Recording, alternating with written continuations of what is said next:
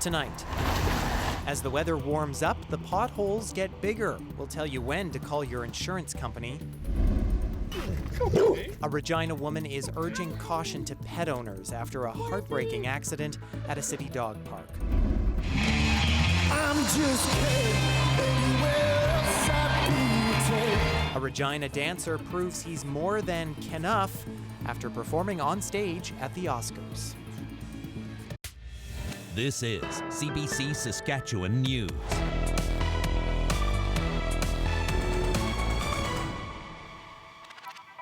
It is Wednesday, March 13th, and the CBC Saskatchewan News starts right now. I'm Ethan Williams, in for Sam McKegg. Thanks for joining us tonight. Well, it is that time of year again when the snow melts and the pavement appears. So do those dreaded potholes. And for some, that means expensive repairs. Ashwarya Duda has more. Turning the corner and ended up hitting that pothole right there. Spring isn't here until next week, and while the flowers haven't bloomed just yet, the potholes are hard to miss. Nailed the pothole right on this corner behind me. Did some pretty extensive damage to my truck, upwards of almost $2,000. I had to cover that out of pocket. We spoke to the city of Saskatoon, and it says that potholes and utility cuts like this one are generally covered with a temporary fix in the winter before they can be patched up in the summer. The city says it's already worked on more than 200 potholes this year, which is on par with last year. But don't expect it to pick up the tab if you hit one. The city essentially said that they won't take responsibility for it and that it's up to me to basically go around and try to get security footage from nearby businesses and prove who cut the hole. The city says if you damage your vehicle from a pothole, you should take it up with your insurance. If you still want the city to pay, you'd have to prove it knew about the pothole before you hit it and did nothing to fix it. From what I understand, I don't believe it happens all that frequently in terms of the overall number of pothole claims that happen. In the overwhelming majority of them, the customer would end up makes the claim would end up paying their deductible. McMurtry says damage from a pothole would be considered a single vehicle collision. Milham isn't the only one running into potholes. Nancy Street says potholes in Saskatoon are growing in number and size. Well, you sort of have to drive like a sober drunk, because if you're in the main ruts, you don't want a flat tire. Your car is your lifeline, get it to and from work, etc. And some of the potholes are so deep and so bad that, obviously can only be repaired in the spring and summer and fall. But no, they're terrible. Oh, I've hit probably like 5 or 6 just on the way down here, and it's like a 10-minute drive. There's a lot of them. The city of Saskatoon allows drivers and residents to report a pothole through its online interactive pothole map. The map also helps drivers stay up to date on the potholes that are reported and those that are fixed. Ashwarya Duda, CBC News, Saskatoon. And the weather this winter in our province has resulted in millions of dollars in insurance claims. The Insurance Bureau of Canada says more than $180 million in damages have been claimed in Alberta, British Columbia, and Saskatchewan. In this province, SGI says it's received 210 claims due to water damage and flooding, mostly due to water line breaks. The cash value of those claims alone is $4 million. Regina police say a woman had a knife pulled on her while she was in a waiting room at Pasqua Hospital early Sunday morning. A man demanded the woman hand over her belongings and tried to run away with her bag, but hospital security stopped him. Police say the woman was not injured. A 34-year-old man is facing a robbery charge in connection with the incident. He made his first court appearance on Monday. This afternoon in the legislature, the opposition asked the government about safety in the province's hospitals. The Minister of Health says he has discussed that topic with ministry staff and the health authority. Unfortunately, this is becoming more common in some places, I guess I would say, perhaps than in the past. And so we want to ensure that the staff and the patients that are in these facilities aren't subjected to these sorts of incidents occurring. And it is obviously very concerning for us as a government, and we want to ensure that we can support the SHA and our partners to make sure that they are able to maintain safety in their hospitals. Hindley says healthcare facility security concerns are not limited to the major cities. He says he is aware of issues that have been raised about other hospitals around the province. He says the government will work with the SHA on how to best address those concerns. Prime Minister Justin Trudeau is defending his government's carbon tax hike. He spoke directly to Saskatchewan's decision to withhold payment of the tax to Ottawa while he was in Calgary today. As we've seen from a few different premiers, you can use the notwithstanding clause to opt out of basic charter rights of Canadians. I think it's a bad idea, but a number of people are doing it. You can opt out of the Charter of Rights and Freedoms by using the notwithstanding clause. But you can't opt out of the Federation. You can't opt out of Canada. Increased by 23% on April 1st, and a growing number of premiers are calling for a pause because of the high cost of living. Trudeau says it will be offset by increasing carbon tax rebates for individuals. Marina von Stackelberg has more. Great to see you. Within minutes of meeting, Alberta's premier reminded the Prime Minister that one of his government's signature policies is becoming increasingly unpopular. An area where we don't quite see eye to eye, the carbon tax. That dispute flaring up yet again as a scheduled hike to the carbon tax this April has Danielle Smith in what she calls lobbying mode. I do believe that if we're really concerned about affordability and inflation, that the tax is too high.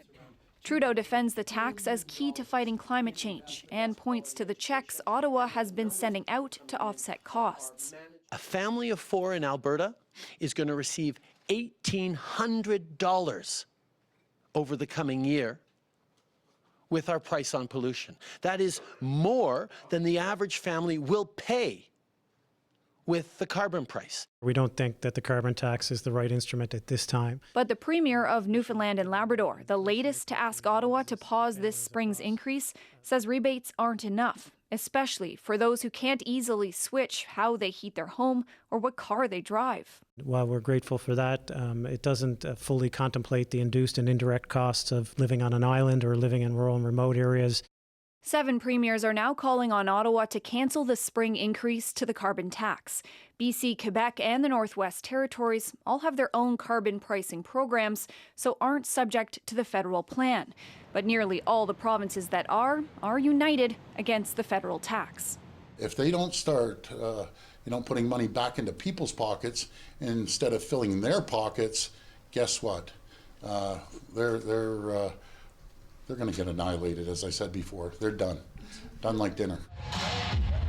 The federal opposition leader continues to rally his supporters over the increasing distaste of the policy. We know that everybody is going to be much worse off as a result of the carbon tax. Just how much more you'll pay depends on what fuel you use. If you heat your home with natural gas, expect to pay about 3 cents more per cubic meter. And when you go to fill up your car's gas tank, you'll be paying about $1 or $2 more. Marina von Stackelberg, CBC News, Ottawa. A Saskatoon mother whose 1-year-old son drowned over the weekend is being released from custody by consent. Melanie O'Soup is charged with criminal negligence causing death. It's alleged the 42-year-old fell asleep in the bathtub with her son. It happened on Saturday in this apartment complex on Avenue T South in Saskatoon. O'Soup appeared by video in provincial court this morning from the women's jail in Prince Albert. She's due back in court next month. Well, if you have a dog, you may visit one of Regina's dog parks to let them run off leash. But one woman wants you to know what happened to her dog on the weekend, and she's hoping to prevent anyone else from experiencing the tragedy that she went through. CBC's Darla Panes tells us more. Nicole Fellner says her daughter lost her best friend. Their family dog Cooper was only 2 years old when she had to be put down over the weekend. Cooper was the kind of dog you could only dream of. She was the best family dog you could ask for. It happened here at Regina Ross Avenue's Industrial Park on Sunday. Fellner says they were playing catch with Cooper when the unthinkable happened. She caught her paw on one of the rocks, and because she had the momentum of running, she fell at a steady pace and hit her back on another rock when she fell, and we ended up having to rush her to the vet because she went limp. This x-ray revealed that Cooper had severed her spine completely. The family made the heartbreaking decision to say goodbye. And explaining that to my 5-year-old was the hardest thing I've ever had to do in my life. The city of Regina says this park is both a stormwater detention pond and a dog park. Because of this, the rocks are needed to stabilize the ground around them. It says it'll evaluate the situation here and see if more safety measures are needed. In an email to CBC, the city of Regina sent its condolences, but Fellner says by Wednesday afternoon, the city still hadn't reached out to her. It's like losing a family member. It's not easy, and with it being the way that it happened, it's even harder. It's not the same in our house. Fellner says she hopes Cooper's story will warn others of the dangers at the Ross Industrial Dog Park. She wants the city to make changes to improve the safety for all other dogs who may play at the park in the future. Darla Panes, CBC News, Regina. Renovations at Regina's Globe Theatre could be getting a big boost from the city. The Globe Theatre's building in the city's downtown is more than 115 years old and has been under renovation since 2020. But Regina's executive committee was told this morning that additional repairs and inflation have resulted in a budget shortfall of about $9.5 million. The nonprofit theater is asking the city to put forward an additional $1.9 million to lend a hand. That will be on top of the $6.6 million grant provided when renovations began. It's difficult to imagine Regina without the RSO, without the Globe. It's part of the fabric of the culture of this city. And when looked at in that way, it's worth going the extra mile to finish this project. If approved next week, the cash would come over a 2-year period. The Globe has gone to the provincial and federal governments for the rest of the money, but has yet to hear back.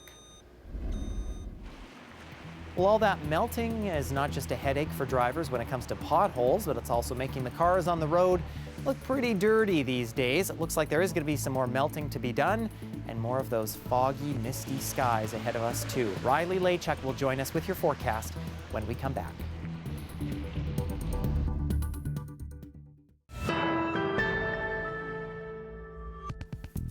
Lawmakers in the U.S. House of Representatives have passed a bill requiring the owner of TikTok to sell the social media platform or be banned in the U.S. It follows claims the China-based company could collect sensitive user data and could politically censor content. TikTok has repeatedly stated it has not and would not share user data with the Chinese government. This weather update is brought to you by Crestview Chrysler Dodge Jeep Ram, proud member of the Capital Automotive Group.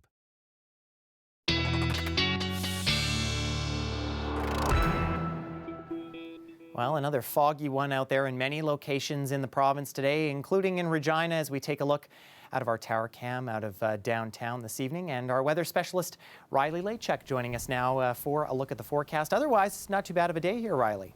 Yeah, otherwise, Ethan, not really a bad day today. Fairly seasonal, actually, for this time of the year, save for that fog and sort of the damp conditions across much of the province today. Looking at temperatures, yeah, these are fairly seasonal for this time of the year. Even as we head into the supper hour here, temperatures at or above freezing through the Regina area, a little bit cooler to the northern part of the province into Saskatoon, Prince Albert, but there's a little bit of weather on the way and we'll get to that. So visibility again, especially at the melting we've had, good chance that we could see some patchy fog. I've stopped it here at midnight because you can see some of that patchy fog at least depicted on the forecast modeling here starting to form as we get through the overnight period. Doesn't mean we're going to see fog everywhere, of course, but chances there, especially as we head into the morning hours tomorrow, that we could see some lower visibilities first thing in the morning, dissipating once again and kind of easing off by the time we get to around, say, the noon hour or so. But potential is there. So we have been contending with a little bit of precipitation still as we head through the evening hour here. Radar picking up a little bit of flurry activity. Otherwise, we've been kind of stuck under this cloud for much of southern Saskatchewan. A bit of clearing to the north, but things are changing as we get into the next couple of days, and you'll see why. So as we start the day on Thursday here, you can see we are still mainly cloudy for the most part, kind of stuck under that cloud and that fog to start the day tomorrow. Bit of clearing to the north. And we will see by the time we get into the evening, at least, some clearing and maybe some sunny breaks by the time we get to the afternoon. That fills in, though, ahead of another area of low pressure that will begin to usher in some precipitation to northern Saskatchewan. This bringing mainly a snow event for much of the north, but we will see some of this mixing and this rain, even down into, like, say, the Hudson Bay, Yorkton region could pick up some showers or some freezing rain as we get through the day on Friday. Slim chance we could see some of that even into the Saskatoon region in the form of flurries as we get overnight Friday and into the day on Saturday. In terms of rain, not much. This is mainly a snow event for northern Saskatchewan, 4 to 5 millimeters if this does fall as rain. It's mainly, like I said, going to be a snow event. So we're looking at, say, 5 to 10 centimeters of snow in this swath here through the northeastern part of Saskatchewan. Kind of a trace amount as we get through central and southern parts of the province. So the wind will be the other story here as we get through the day on Friday. Winds will start to pick up, seeing some of those gusts in that 50 to 60 range as we head through the day into the evening on Friday. Temperatures tomorrow looking quite seasonal, and that's what we're going to see at least for the immediate couple of days here. We will see some warmer days, especially on Friday. Some clearing as we head into the weekend, but winds will be an issue as we get through the next few days. Slim chance of some flurries as we get through Friday, Saturday for Saskatoon. Otherwise, we see sunnier and more above seasonal conditions, Ethan, as we get into the week next week with -6 for Wednesday. All right, not too bad. Thanks so much, Yeah. Riley. No problem.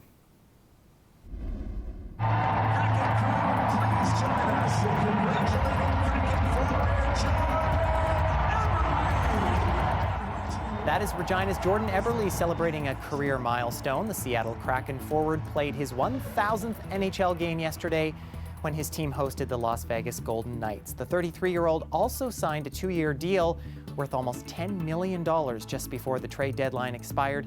Eberle says he's honored and thankful for all the support he's received from the start. Stay with us. We're back after the break.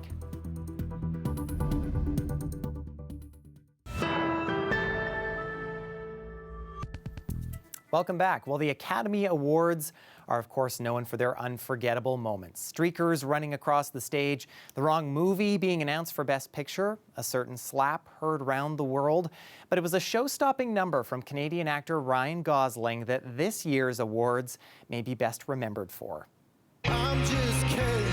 Anywhere else I'd be taken. Is it my destiny to live and die a life? That, of course, I'm Just Ken from last summer's Barbie movie. And among the army of Kens dancing alongside Gosling on stage was Regina's Mackenzie Green. Joins us now. Mackenzie, thanks for being here. Hi, everybody. Thanks for having me. So, Mackenzie, how exactly did you end up on that stage Sunday night?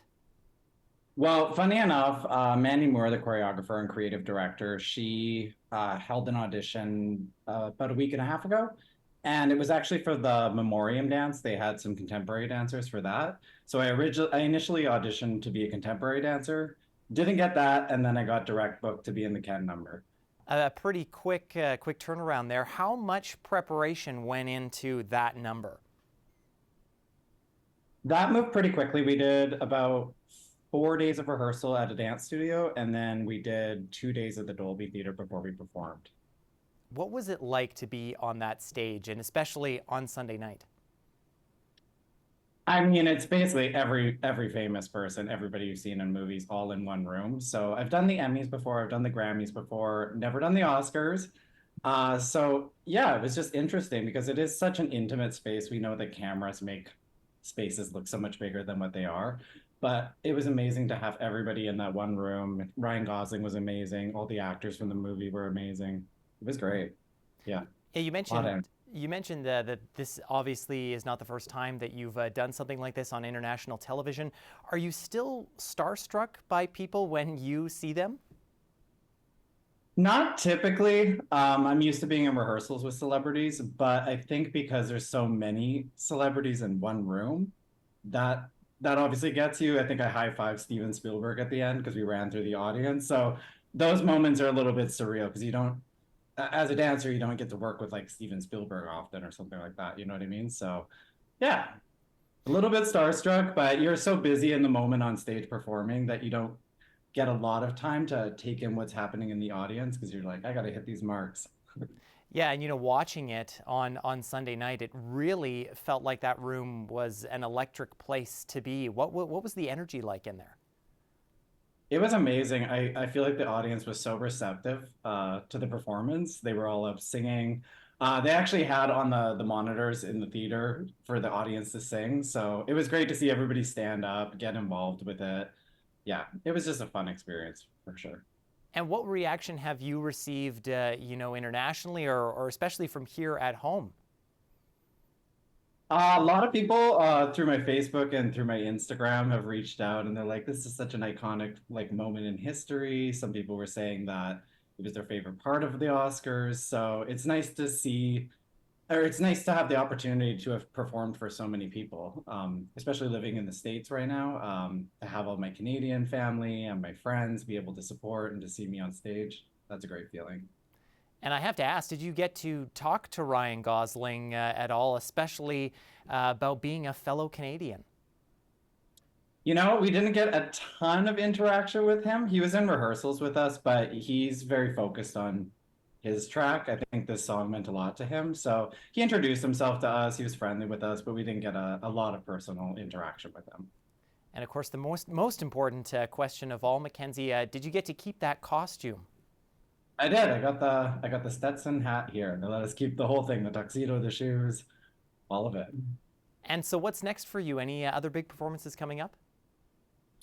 I'm just back to auditioning. I've been teaching. I do music videos. I work in film. So I work through an agency. So they're always sending me out constantly on different jobs. So yeah, my life is always, I never know what I'm doing, but great things happen. Yeah, pretty hard to top the Oscars, I would think. Mackenzie, thank you so much for joining us. Thank you so much for having me. Regina's Mackenzie Green danced alongside Ryan Gosling at the Oscars on Sunday night.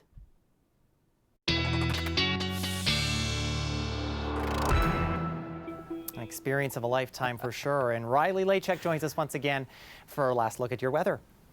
Those costumes, really cool. Like those. So we're looking at temperatures overnight tonight around -5 in Regina. Mainly cloudy skies. Watch for those fog patches. Winds also going to stay relatively light as we get through the overnight period. Tonight, -2. First thing in the morning, light winds. We'll start to see a few sunny breaks as we get through the day. Tomorrow, cloudy periods overnight tonight in Saskatoon, also getting down to the -5 mark and waking up tomorrow to -4. Light wind, and yes, we will see some fog patches still really across southern Saskatchewan. A good chance of seeing some of that patchy fog, so take care if you're out on the highways overnight tonight and first thing in the morning, Ethan. All right, we'll get ourselves a couple of those Stetson hats too, I think, as well. Exactly. Thanks so much, Riley. You're welcome. And before we leave you, Desert Park in Southern California is seeing a spectacular spring bloom. We are familiar with the wildflower blooms in the spring in the desert, but this is off the charts, better than anything we've ever seen. As far as the eye can see, white, yellow, and purple wildflowers cover the fields. The incredible sight is attracting visitors from far and wide. Park rangers say it is the best bloom they've seen in years. It takes just the right combination of favorable weather conditions to get this stunning result. We'll see that soon enough, hopefully in our neck of the woods. That is it for us tonight.